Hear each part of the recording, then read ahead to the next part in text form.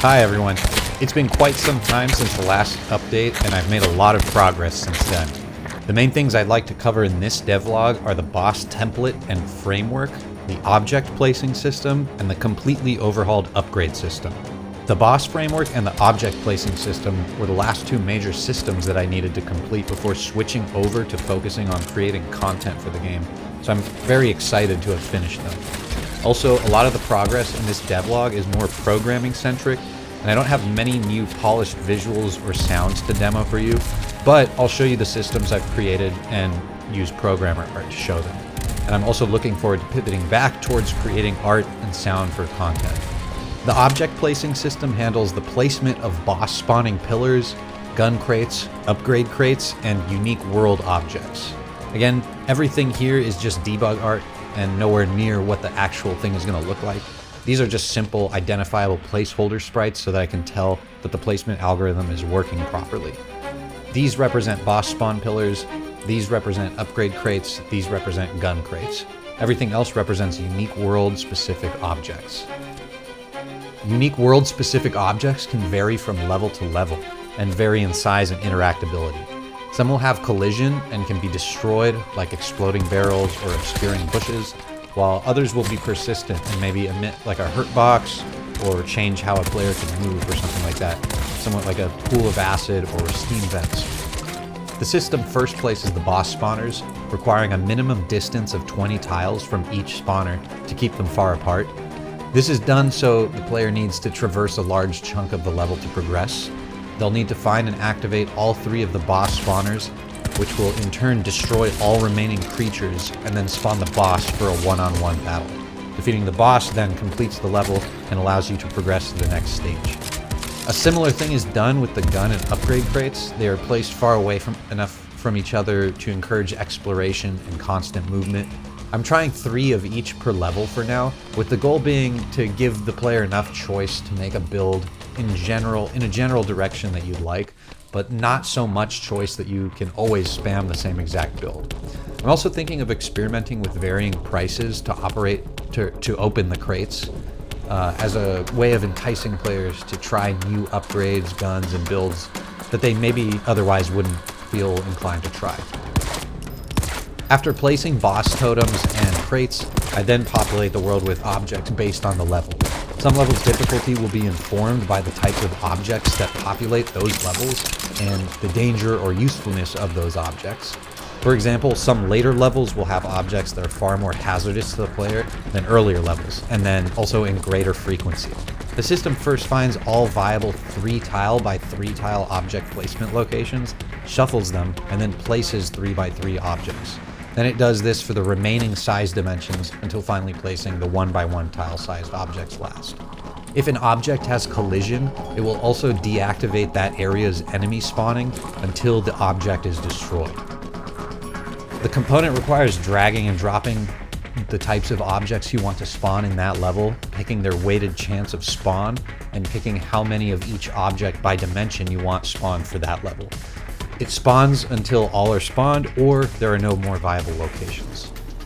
Moving on, the boss framework is completed, and I ended up refactoring the standard monsters as well.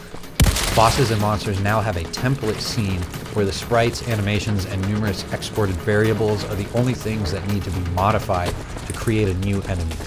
Currently, I only have a placeholder boss implemented, which is just a copy of the first projectile enemy, but I have multiple bosses mocked up with attack concepts fully designed. One adjustment I made is to not include any attacks that involve complex frame animations.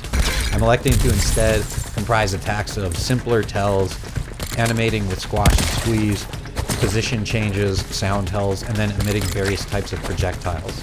In limiting myself to this, I think I'll be able to iterate on bosses and enemy types faster while still preserving the original intent and playstyle that I've been going for in this game.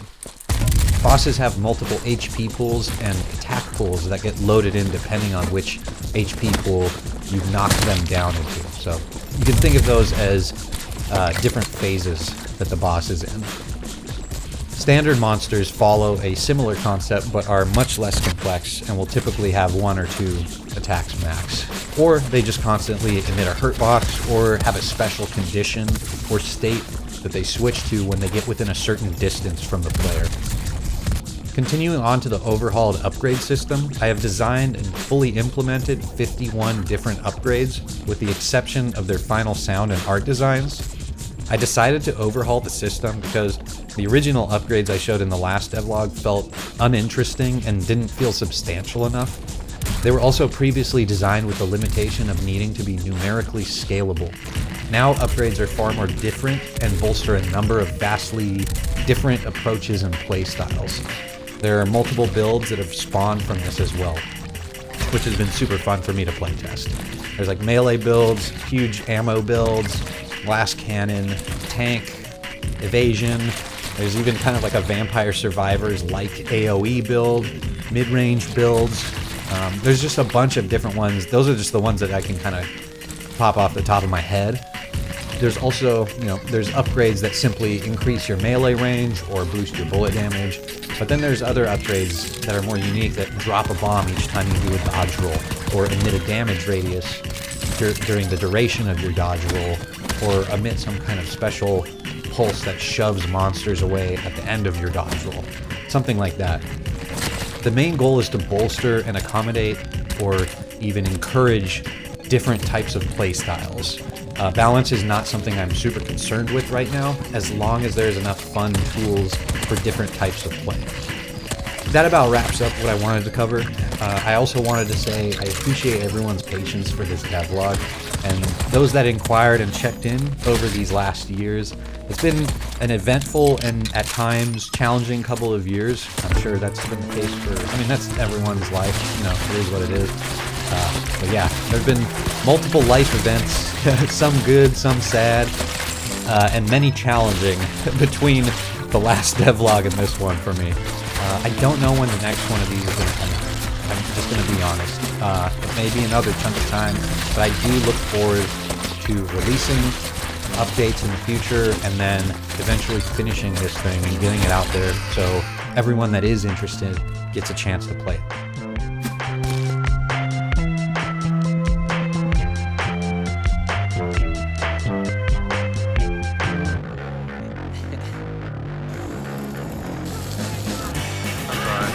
Official animal.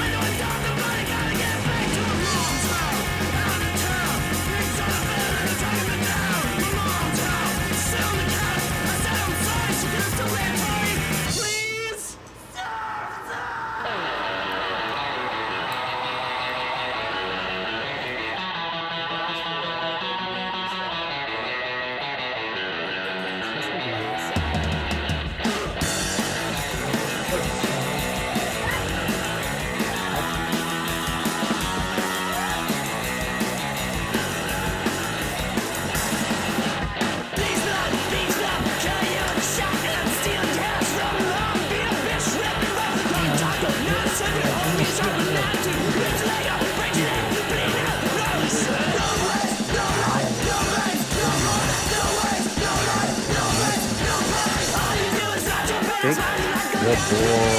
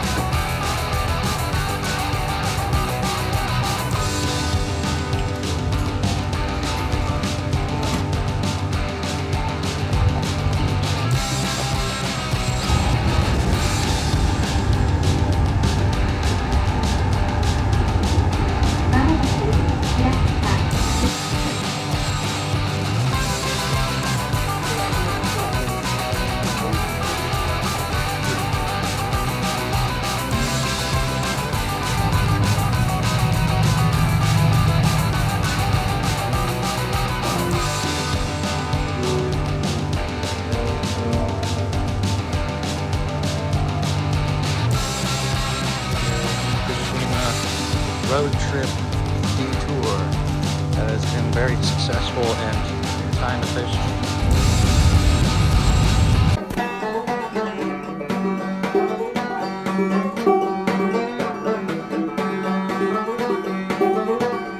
Play some octave up a little bit.